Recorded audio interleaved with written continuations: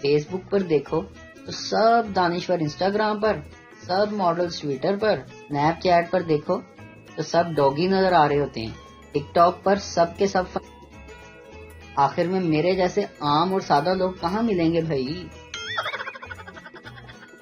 آج کل والدین بچوں کی پھینٹی لگانے کے بعد ان کو چپ کرانے کے لیے چاکلیٹ یا کینڈی دیتے ہیں۔ جب ہم چھوٹے تھے کرانے کے لیے دوبارہ پھینٹی لگا دیتے تھے۔ 2 پٹھان بینک لوٹنے کے لیے گئے مگر پستول لے جانا بھول گئے، لیکن پھر بھی بینک لوٹ لیا۔ بھلا کیسے؟ ان کے بینک مینیجر بھی ایک پٹھان تھا۔ بولا لالا پستول کل دکھا دینا، ہم کو تمہاری زبان۔ گھر میں رہ کر چوڑیاں اور مہندی ملنے پر خوش ہو جانے والی لڑکیاں اور ابا کے ڈر سے مغرب سے پہلے گھر جانے والے لڑکے سن 2000 کے بعد سے آنا بند ہو گئے ہیں۔ لڑکیاں جب بھی کسی لڑکے کو دیکھتی ہیں تو کہتی ہیں لوفر، کمینہ، بدتمیز، جاہل، جبکہ لڑکے لڑکی کو دیکھ کر کہتے ہیں واہ ماشاءاللہ سبحان اللہ، مطلب کہ لڑکے لڑکیوں سے زیادہ تمیزدار ہوتے ہیں۔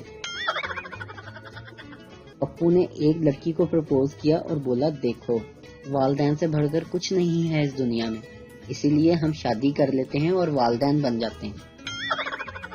بابا جی فرماتے ہیں کہ ایک عورت کے لیے اس سے بڑھ کر خودکشی کا جواز اور کیا ہو سکتا ہے کہ دوسری عورت نے بھی اس کے رنگ اور ڈیزائن کے کپڑے پہنے ہوں۔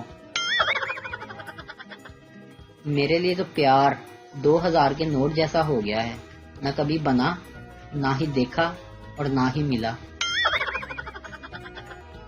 لڑکیاں اپنے بوائے فرینڈ کا نام اپنے موبائل میں کچھ یوں سیو کرتی ہیں: نمبر 1 جانو، نمبر 2 جان، نمبر 3 مائی لو، نمبر 4 شونا، نمبر 5 سویٹ ہارٹ۔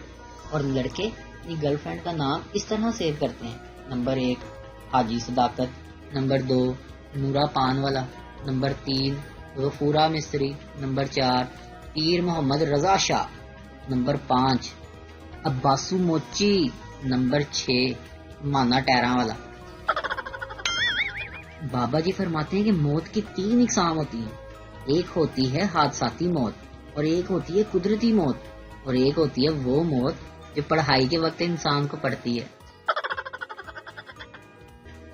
دنیا میں شوہروں کی 2 اقسام پائی جاتی ہیں: ایک وہ جو بیگم کو ہر جگہ گھمانے کے لیے لے کر جاتی ہیں، دل کھول کر شاپنگ کراتے ہیں اور لانگ ڈرائیونگ پر لے کر جاتے ہیں، سالگرہ یاد رکھتے ہیں اور بنا کہے گفٹ بھی دیتے ہیں، اور دوسرے جو سب عورتوں کے پاس ہیں۔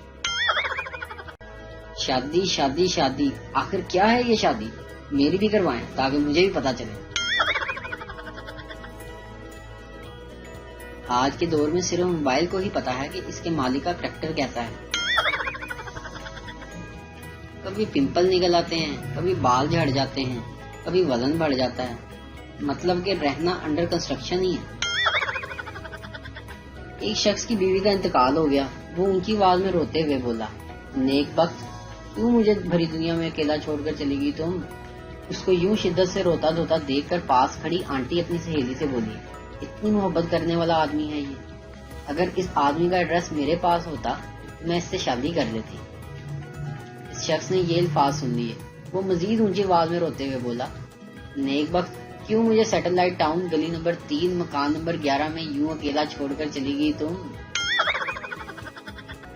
جو کسی دور میں کہتی تھی مر جاؤں گی تمہارے بغیر، آج پہلا بچہ پیدا ہوا ہے اس کے ہاں۔